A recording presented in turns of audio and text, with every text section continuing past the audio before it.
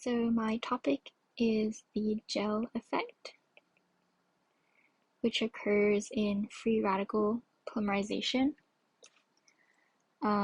So kind of to explain, I'm going to first cover the main steps of free radical polymerization.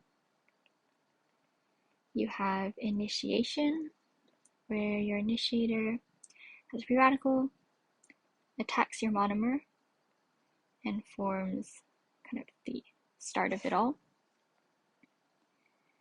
Second, you have propagation. This is when that monomer with a free radical attacks other monomers, kind of lengthens your chain in that way, and so on and so forth. And then the step that ends it all, termination, occurs when two of your chain ends with active sites, these free radicals, come together and kind of annihilate by either combination, where the two free radicals come together to form a bond, or disproportionation, where one of the free radicals joins the other to form a pair, and no more active sites for either. So no more propagation. And so for each of these steps, you have a rate constant, Ki, Kp, and Kt, Kt being the combined rate for termination via combination and disproportionation. And so I bring this up because in the gel effect, it's essentially when your chains are very long, so you've been polymerizing for a while, and your solution gets very viscous.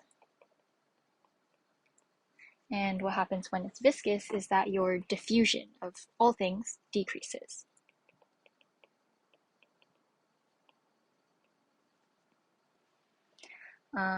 And so this diffusion decreasing means that your steps are also being impacted, because for propagation to occur, you need your monomer to diffuse through solution, find this active site, and react to form a longer chain, which means if your diffusion is if your diffusion is decreasing, then your Kp is decreasing as well.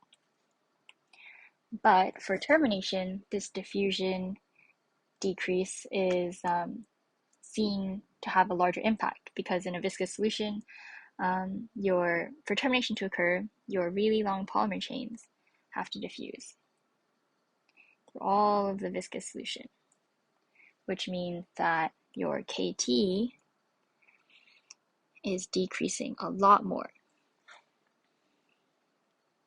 So if your Kp and Kt are both decreasing, but your Kp is not decreasing as much, that means your Kp is dominating. So your chains are simply growing, but not really being able to terminate. And what this means for the system is that your chains just keep getting longer, which means they keep getting more viscous. So you kind of get this positive feedback loop.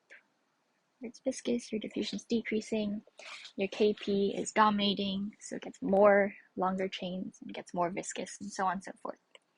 And so the reason why it's called the gel effect is because this happens very rapidly and you form essentially a gel of such a viscous fluid that